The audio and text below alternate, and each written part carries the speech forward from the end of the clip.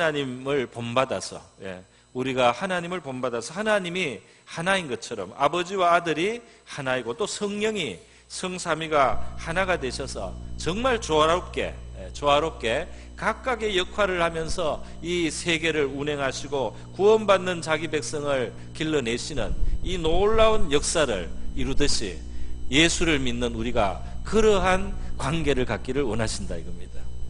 이것이 있을 수 없는 일이다.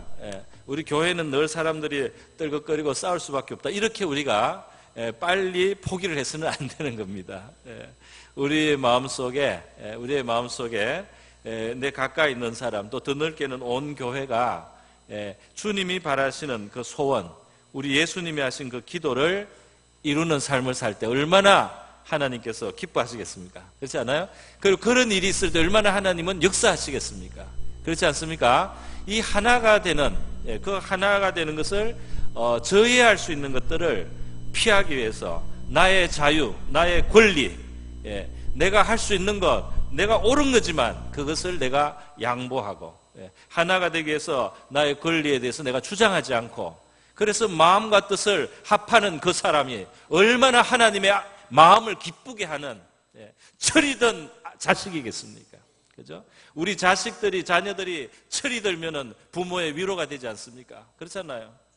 우리 자녀들이 부모의 마음을 헤아릴 줄 알면은 이 부모가 너무너무 기쁜 겁니다. 그냥 그 아들한테 열쇠를 다 맡기고 싶어요. 다 그냥 할 수가 있어요.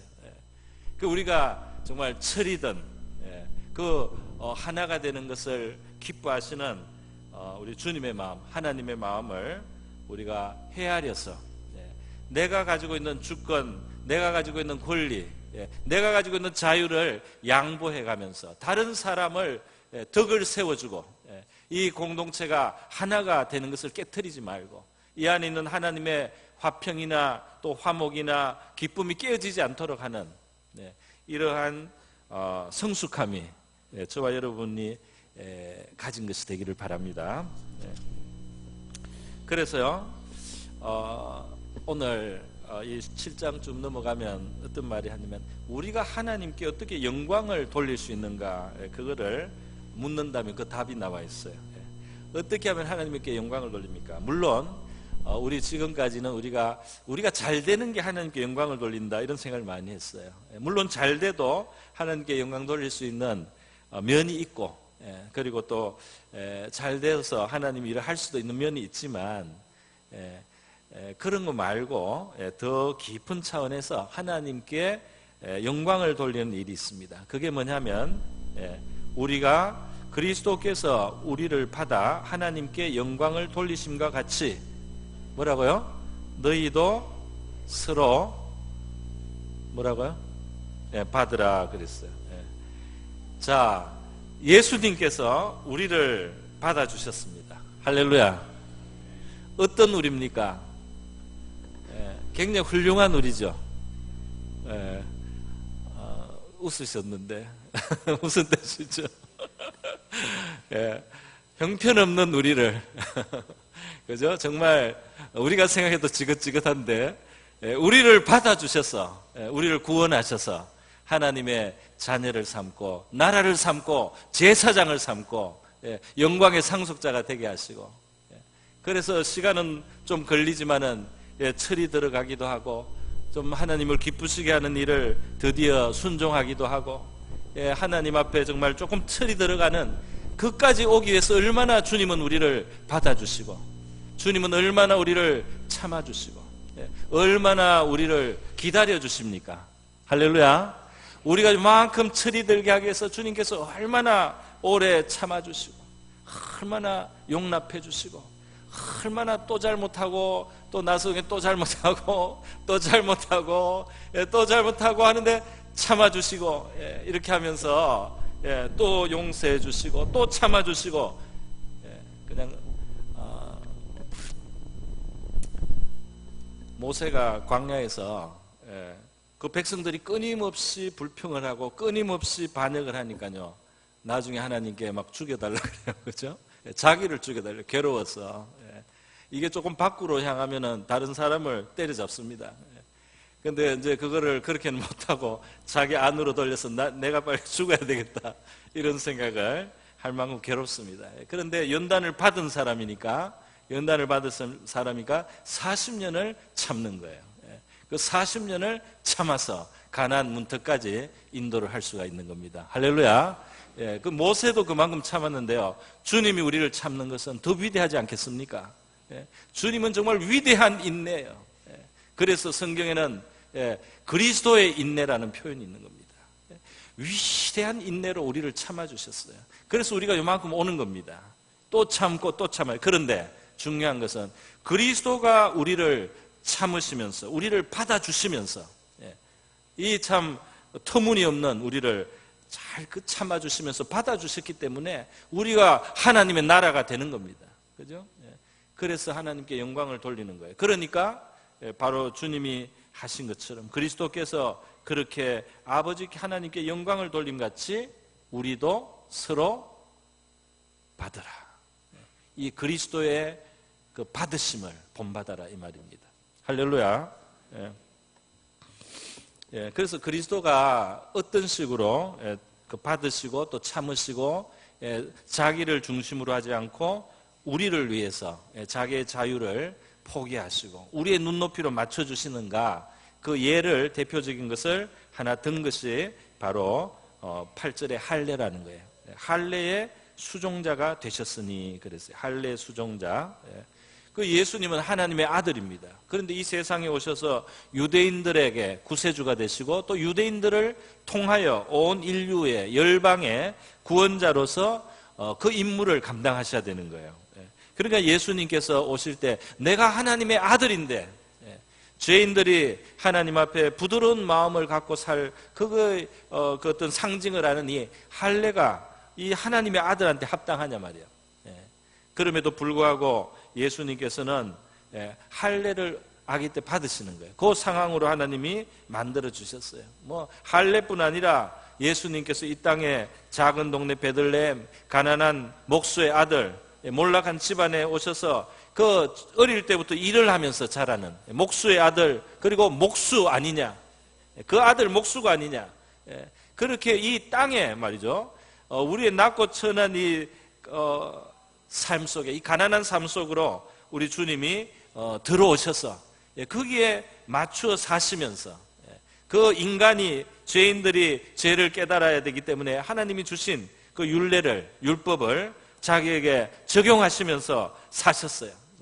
이 창조주 하나님께서 인간을 지으시고 인간의 영혼을 만드시는 분이 그 피조물의 수준에서 자기를 낮추실 때 얼마나 많은 하나님의 그 권리를, 하나님의 자유를 제약하고 사람으로 그렇게 되신 겁니까?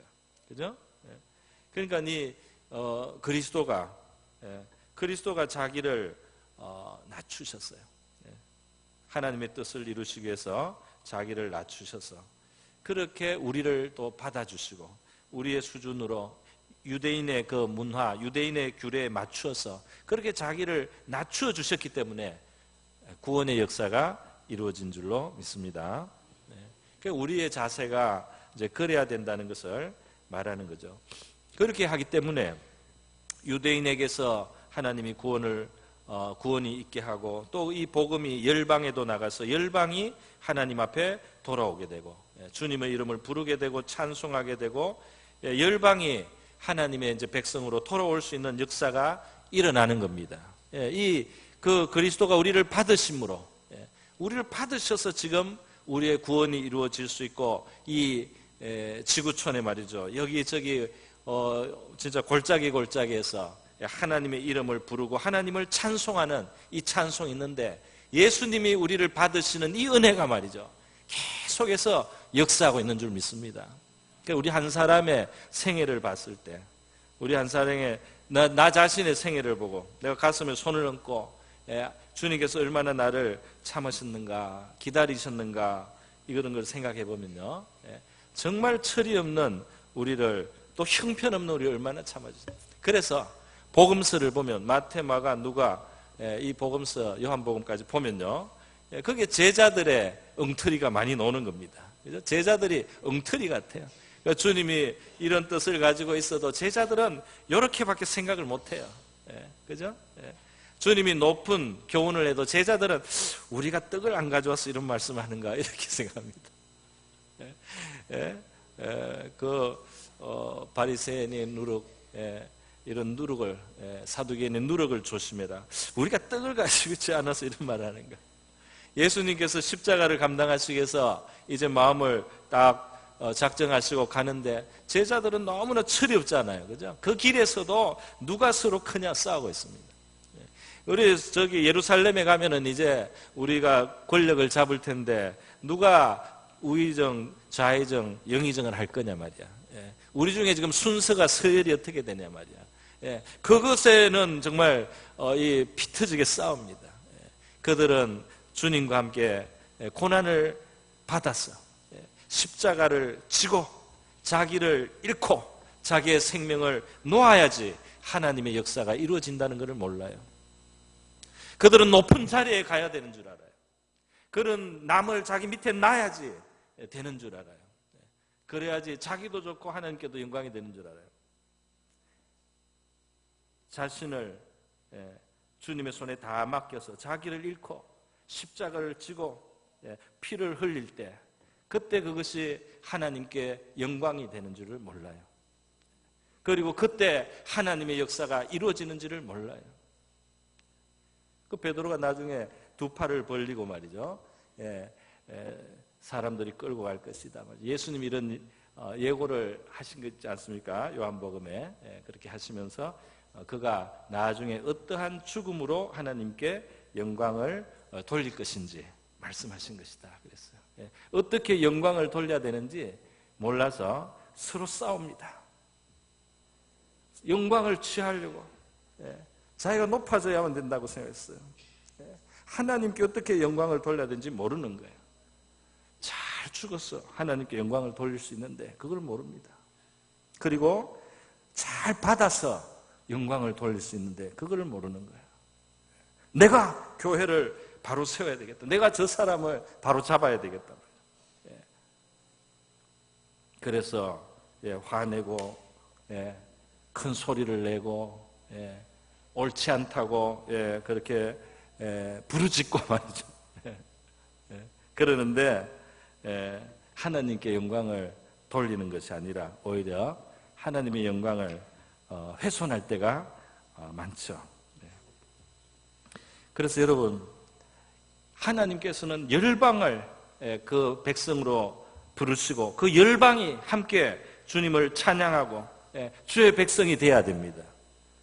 이 열방 말이죠. 저 큰 넓은 대륙에 있는 사람이나 저기 떨어진 골짜기 저기 어디 섬 외딴 섬 저기 어디 정말 큰 대양에 붙어있는 이런 섬 말이죠. 사람들이 생긴 것도 너무 다르고 말이죠. 문화도 너무 다르고 습관도 너무 다르고 먹는 것도 다르고 말하는 것도 다르고 생각하는 이런 것도 너무 다르고 가치관도 상당히 다른 이런 사람들이 이 온 세계 열방들이 하나님을 찬송하고 찬양해야 되는데 이 일이 어떻게 이루어질 수 있느냐? 그들을 받아야 할 것 아닙니까? 그들을 다른 모습의 그들을 받아야 할 것 아닙니까? 빨간 사람도 받고 노란 사람도 받고 금우스로 한 사람도 받고 희불근한 사람도 받고 다 받아야 그들이 영광을 돌려서 온 열방이 주님을 찬양할 것 아닙니까?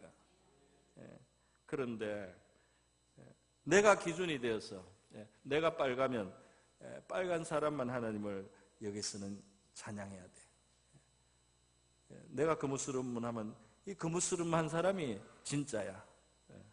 이렇게 되어가지고 말이죠. 내 기준에 따라서 다른 사람을 다 판단하고 비판하게 되면 열방이 하나님 앞에 돌아올 수 있느냐 말이에요. 그래서 교회적으로도 우리가 생각을 해보면 어떤 교회가 강하고 왕성하고 주님께 영광을 돌리냐면요, 많은 다른 사람, 다른 이질적인 사람을 용납하고 받을 수 있는 교회가 힘 있는 교회입니다. 할렐루야. 하나님께 영광을 많이 돌리는 교회. 주님이 역사를 많이 해주시는 거예요. 역사를 많이. 그래서 우리 사도행전에 보면 안디옥 교회 있지 않습니까? 안디옥 교회가 세계 선교를 시작한 교회예요. 거기서 성령님이 지시하셔서 바나바와 바울을 첫 선교사로 그렇게 불러서 온 교회가 막 기도하고 금식도 하면서요, 그 선교사를 파송해서 지중해 일대에 막 복음이 전파되기 시작하는 그런 본격적인 선교 사역의 센터가 된 교회인데, 이 안디옥 교회는 흑인도 있고 백인도 있고 귀족도 있고 천민도 있고 온갖 사람들이 다 있지만은 예수 그리스도 안에서 하나가 된 교회였습니다. 그 예수 그리스도 안에서 한 마음이 되고 같이 한 뜻으로 금식하면서 기도할 수 있는 그런 교회였단 말이에요. 그런 교회를 하나님이 위대하게 크게 사용해 주셨단 말이죠. 오늘 우리 교회에 오는 어떤 사람들이 스타일이 다를 수 있지 않습니까? 그죠? 좀 배경이 다를 수도 있고요. 조금 생각이 다른 점이 있을 수 있습니다. 그럼에도 불구하고 우리가 정말 마음을 넓게 가져서 그리스도께서 우리를 받아 하나님께 영광을 돌리심 같이 너희도 서로 받으라. 이렇게 그 받으라는 이 주님의 말씀을 제대로 우리가 이 말씀을 정말 받아야 되겠네요. 이 말씀을 제대로 받을 수 있다면 우리에게 큰 복이 될 줄로 믿습니다. 그러니까 저 사람은 좀 우리하고 달라. 저 사람은 좀 우리하고 달라. 이렇게 쉽게 판단을 해서는 안 되는 거예요. 우리 요한복음에 보면 예수님께서 요한복음 13장에 헬라인들이 예수님을 찾아왔어요. 헬라인들이 예수님을 찾아와서 예수를 만나기 원한다는 거예요. 그리스 사람들이에요. 그래서 그 헬라식 이름을 가진 국제적인 좀 감각을 가진 빌립과 안드레, 이거 헬라식 이름입니다. 이 제자들에게 말을 해서 예수님 한번 만날 수 있게 해달라는 그 청이 헬라인들에게서 들어왔어요. 그 헬라인들에게 그 청이 들어왔을 때 예수님께서 하신 말씀이 뭔지 압니까? 인자가 영광을 얻을 때가 왔도다. 할렐루야. 물론 이 영광은 십자가가 있고 그 다음에 부활이 있고 그리고 이방인들에게 복음이 전파되는 까지 있는데요, 예수님께서 인자가 영광을 받을 때가 왔다. 얼마나 다른 문화입니까? 얼마나 다른 언어예요. 그 헬라인들이 예수 앞에 이제 온단 말입니다. 그동안 유대인들만, 그 유대인의 문화가 있지 않습니까? 유대인의 그 스타일이 있지 않습니까? 그 유대인들만, 자기들만 하나님 백성으로서 자부심 가지고 살았어요. 다른 이방인들은 정말 지옥에 뗄감 정도로 생각을 했습니다. 그렇게 아주 그냥 자기만 알았어요. 아주 좀 독선적이라고 할 수 있죠. 그러던 유대인들, 그 유대인들을 그래도 사랑해 주셨죠. 그러나 이방인들이 예수님을 찾아 나올 때 너무너무 다른 사람들이에요. 너무너무 다른 문화, 너무너무 다른 옷도 다르고 입는 것도 다르고 말하는 것도 다르고 음식도 다른데 헬라인이 예수님을 찾아왔다는 그 이야기를 들었을 때 예수님이 바로 인자가 영광을 얻을 때가 왔도다. 이 이방인들이, 열방이 이제 다른 사람들이 하나님 앞으로, 주님 앞으로 나오고, 그래서 이거 함께 하나님을 섬기는 백성이 되는, 이때 정말 우리 영광이 우리 주님께 있는 줄로 믿습니다. 그 영광을 하나님 앞에 어떻게 돌려드려야 되느냐 말이에요. 네, 하나님 앞에 영광을 돌리는 사람은 영광을 돌리고 끝나겠습니까? 우리 주님께 영광을 돌리는 사람은 주님께로부터 또 영광이 오지 않겠습니까? 주님이 주신 영광, 주님께 영광을 돌린 자를 주님께서 영화롭게 하실 줄 믿습니다. 우리 안에 하나님께서는 기쁨과 평강 너희에게 충만하게 하사 성령의 능력으로 소망이 넘치게 하시기를 원하노라. 마지막에 지금 13절이 이렇게 맺고 있어요. 그 영혼의 기쁨과 영혼의 만족, 영혼에 가득한 소망, 얼마나 좋습니까? 하나님 앞에 서로 받고 영광을 돌리는 삶을 살게 될 때 우리 안에 이와 같이 우리 영혼 속에서부터 기쁨이 다하게 될 줄로 믿습니다. 오늘 말씀은 이만큼 하겠습니다. 오늘 우리 서로 받음으로 영광을 돌리는 우리가 되게 해 주시옵소서. 나하고 다르고 모양이 다르고 문화가 다르고 틀이 다르고 여러 가지 다르지만 우리를 용납하신 주님을 생각하고 우리가 서로 받을 수 있는, 서로 용납해 줄 수 있는, 헤아려 줄 수 있는 성숙한 교회, 성숙한 신앙인이 되게 하여 주시옵소서. 영광을 돌리게 하옵소서. 우리 다 같이 한번 기도하겠습니다.